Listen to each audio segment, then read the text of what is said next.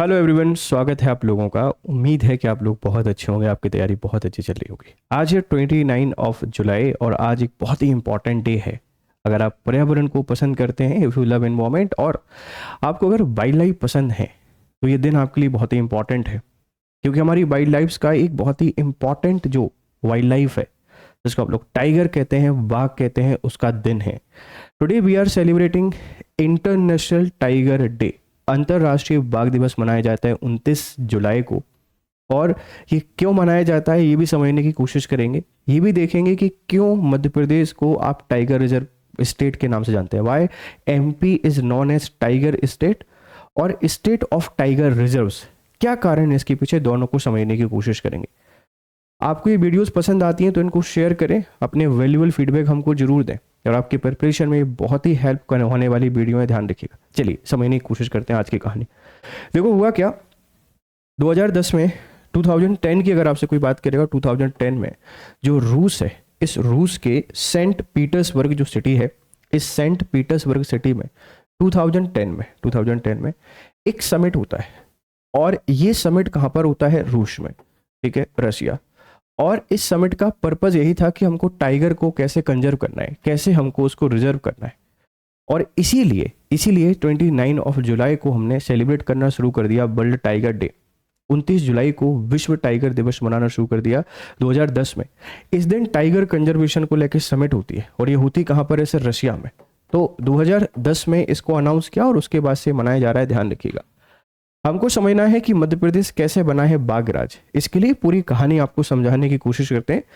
आज के न्यूज़पेपर में एक आर्टिकल आया था, we are celebrating tiger reserve day but human tiger conflict एक कंसर्न है, मानव और बाघ एक संघर्ष। ये एडिटोरियल है अखबार का। थोड़ा सा मैं समझाने की कोशिश करूंगा कि मानव संघर्ष कर रहा है बाघ से, ये मत कहिएगा बाघ संघर्ष कर रहे हैं मानव से, क्योंकि बाघ ने हमारे घरों पे कब्जा नहीं किया है, हमने बाघों के घरों पर कब्जा किया है। तो इस मेंटेलिटी को, इस मानसिकता को हमको थोड़ा बदलना पड़ेगा। और अब अर्बनाइजेशन बढ़ रहा है, पॉपुलेशन बढ़ रही है, तो सरकार को थोड़ी से बाघों की सुरक्षा के जो कदम है वो बढ़ाने पड़ेंगे। कोशिश करनी चाहिए कि खुले में बाघ नहीं घूमे, जिससे शिकार और ऐसा कोई भी ह्यूमन टाइगर कॉन्फ्लिक्ट हमको देखने को ना मिले, जिसके कारण इन जीवों को खतरा हो। तो 29 जुलाई बहुत ही इंपॉर्टेंट है, ध्यान रखिएगा। पूरे आर्टिकल को आपसे डिस्कस करते हैं, आपको बताते हैं कि क्या है इसके मायने, फिर आप अपने वैल्यूएबल फीडबैक हमको जोड़ दीजिएगा। चलो भाई, मानव बाघ संघर्ष और मध्य प्रदेश में बाघों की बढ़ती आबादी, बढ़ती संवेदनशीलता की जरूरत। मध्य प्रदेश में मानव बाघ संघर्ष रोकने के लिए पहले से अधिक संवेदनशीलता की जरूरत है। कहने का मतलब ये है कि there is growing need for sensitivity to prevent human tiger conflict in state. संवेदनशीलता की हमको यहाँ पर जरूरत है। अगर आप संवेदनशील नहीं रहेंगे, अगर आप सेंसिटिव नहीं रहेंगे, तो ये जो टाइगर और ह्यूमन कॉन्फ्लिक्ट है, इन टाइगर और ह्यूमन कॉन्फ्लिक्ट को रोक पाना थोड़ा सा मुश्किल होगा। और इसके कारण जो लॉस है वो दोनों जगह, जैसे ढेर सारी डेथ होती है, डेथ चाहे भले वो मानव की या एनिमल, दोनों की डेथ होती है। इसके कारण हमारी जो बायोडाइवर्सिटी है उसको भी नुकसान पहुंचता है, बायोडाइवर्सिटी। और एट द एंड कहीं ना कहीं जो हमारे इकोसिस्टम है वो इसके कारण डिग्रेड होता है, वो खराब होता है। तो सरकार को वो पैमाने अपनाने चाहिए कि जो खुले में बाघ घूम रहे हैं उनको हम वनों के अंदर करें, आरक्षित और संरक्षित क्षेत्रों में उनको रखा जाए, और ऐसे क्षेत्रों में मानव बस्ती ना बसने दी जाए जो जंगलों के अंतर्गत आती है। अब जंगलों को काट के शहर बसा सकते हैं, लेकिन उन एनिमली के घरों को बर्बाद करने का कोई अधिकार आपको नहीं है। तो आपको एक लिमिटेड एरिया में ही अपना विस्तार करना है, शहरीकरण को बढ़ावा देना है, ठीक है, याद रखिएगा। आगे बढ़ते हैं। स्टेटस क्या है, स्टेटस ये है, बाघों की संख्या और अनुमान। मध्य प्रदेश में वर्तमान में बाघों की आबादी लगभग 850 से 900 के बीच है। मतलब कहना ये चाह रहे हैं, ये 2022 के टाइगर सेंसस की गणना नहीं है, ये वर्तमान की बात कर रहे हैं। और 2026 में जब ये टाइगर सेंसस होगा तब इनकी संख्या 950 हो जाएगी। तो मध्य प्रदेश को टाइगर स्टेट क्यों कहते हैं? पहला रीजन तो है कि पॉपुलेशन जो टाइगर है इनकी जनसंख्या ज़्यादा है। दूसरे नंबर पर आते हैं टाइगर रिजर्व। जो टाइगर रिजर्व है ये भी सबसे ज़्यादा मध्य प्रदेश में है, 9। रिसेंटली 2 बने, एक तो माधव बना है, एक रातापानी बना है। तो सबसे ज़्यादा जो टाइगर रिजर्व है वो एमपी में है 9, इस बात को ध्यान रखिएगा। और सबसे ज़्यादा टाइगर की संख्या भी एमपी में ही है, इसीलिए हमको टाइगर स्टेट या बाघ राज्य के नाम से जानते हैं। अगला जो सेंसस आएगा उसमें संख्या 950 से अधिक होने की पूरे अनुमान है, ध्यान रखिएगा। 2026 की गणना में संख्या 950 से ज़्यादा होने का अनुमान है। 2022 की जनगणना में या 22 की गणना में मध्य प्रदेश में सबसे अधिक 785 बाघ दर्ज किए गए थे। As per the 2022 census MP recorded the highest number of tiger 1785, सबसे अधिक एमपी में थे और ये 950 से अधिक होने वाले। तो सरकार को और सेंसिटिव होना पड़ेगा और संवेदनशील होना पड़ेगा, तब जाके सरकार इनको केटर कर पाएगी, इन पर बेहतर काम कर पाएगी। ठीक, टाइगर रिजर्व से बाहर 40% बाघ, 40% जो बाघ हैं ये टाइगर रिजर्व से बाहर है, ध्यान रखिएगा। 59.6% बाघ ही टाइगर रिजर्व में रह रहे हैं। Only 59.6% tigers are living in tigers reserve area. बाकी 40.4%, लगभग 300 से 350 जो बाघ हैं खुले जंगलों या संरक्षित वन क्षेत्रों के बाहर घूम रहे हैं, जो कि एक बहुत बड़ी खतरे की घंटी है और ये एक बहुत बड़ा कॉन्फ्लिक्ट का कारण है। आप उसको टाइगर ह्यूमन कॉन्फ्लिक्ट के लीजिए, ह्यूमन टाइगर कॉन्फ्लिक्ट के लीजिए, इसके पीछे फेलियर ऑफ स्टेट है, फेलियर ऑफ सरकार है। एक तरफ हम टाइगर स्टेट होने का दावा करते हैं, हमारे जो सीएम हैं ये हर जगह चिल्लाते फिरते हम टाइगर स्टेट हैं क्योंकि हमने टाइगर कंजर्वेशन पर फोकस किया है। दूसरी तरफ टाइगरों की दयनीय स्थिति पे हमारा ध्यान नहीं है।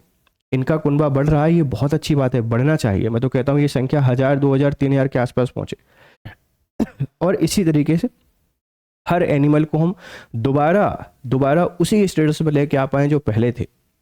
ह्यूमन वाइल्ड लाइफ कॉन्फ्लिक्ट बढ़ेंगे लेकिन हम उनको प्रोटेक्ट कर सकते हैं, जंगलों में संरक्षित कर सकते हैं, उनको शहरी एरियाओं में आने से रोका जा सकता है, पर हमारा पूरा इकोसिस्टम बैलेंस हो जाएगा, ध्यान रखिएगा।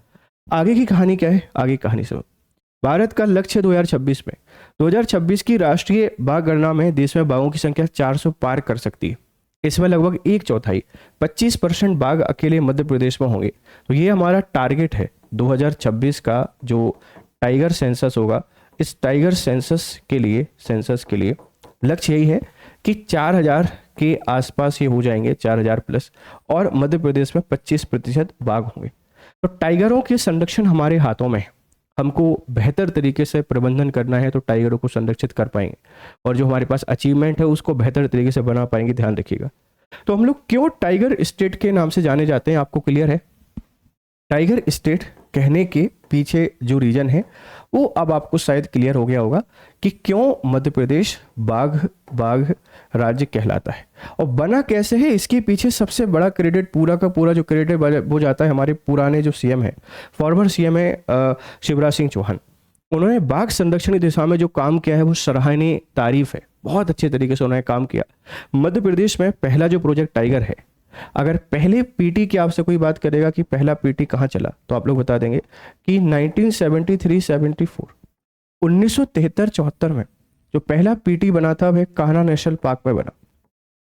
Kanha national park, Kanha national park कहाँ पर है बच्चे? आप लोग कह देते हैं कि मंडला प्लस बालाघाट।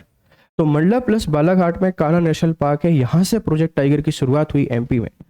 और अभी रिसेंटली अगर आपसे कोई पूछेगा कि रिसेंटली कौन सा नेशनल पार्क पीटी में शामिल हुआ है तो आप लोग कह देंगे कि जो माधव नेशनल पार्क ये टाइगर रिजर्व के अंतर्गत शामिल हुआ है। तो ये पूरी कहानी थी वर्ल्ड टाइगर डे की। एमपी स्पेशल है, ढेर सारे टाइगर हैं। आपके पास कोई भी नेशनल पार्क हो तो टाइगर सफारी घूमने जरूर जाइएगा। ये बहुत इंपॉर्टेंट एक एक्टिविटी है जो आपको नेचर और वाइल्ड लाइफ के बिल्कुल करीब लेकर आएगी। तो मध्य प्रदेश में बाघों की स्थिति या भारत में बाघों की स्थिति अगर पूछा जाए आप इसको लिख सकते हैं और ये एक बेहतर आंसर राइटिंग में आपको हेल्प करेगा। ठीक है, चलिए आगे बढ़ते हैं। अगर आप एमपीपीएससी की तैयारी कर रहे हैं और आप एक कोर्स की तलाश में हैं कि ऑनलाइन आपको क्लासेस मिल जाए, तो हमारा एक बैच है जो आरएम 6.0 के नाम से जाना जा रहा है। आप अगर 2026-2027 की तैयारी कर रहे हैं, 2026 और 2027 की तैयारी कर रहे हैं और यहाँ से complete PT plus mains plus interview की तैयारी कर रहे हैं, तो एक बहुत ही शानदार ये कोर्स है। ये 31 जुलाई को इसमें एडमिशन क्लोज हो रहे हैं। जीएस लाइव कोड आपने यूज़ करना है, जीएस लाइव, और इसके थ्रू ये पूरा कोर्स आपको मिल जाएगा 9,999 रुपये में। तो इस प्राइस टैग के साथ आप इस कोर्स का हिस्सा बन सकते हैं।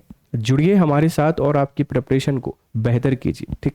और अगर आपको कोई भी पीडीएफ चाहिए तो आप इस ग्रुप को ज्वाइन कर सकते हैं, join this group for PDF. और कोई भी अपडेट आपको चाहिए तो वो सारी अपडेट यहाँ आपको मिल जाएगी, ठीक। Thank you very much for discussion, have a nice time. मिलते हैं फिर आपसे क्लासेस में।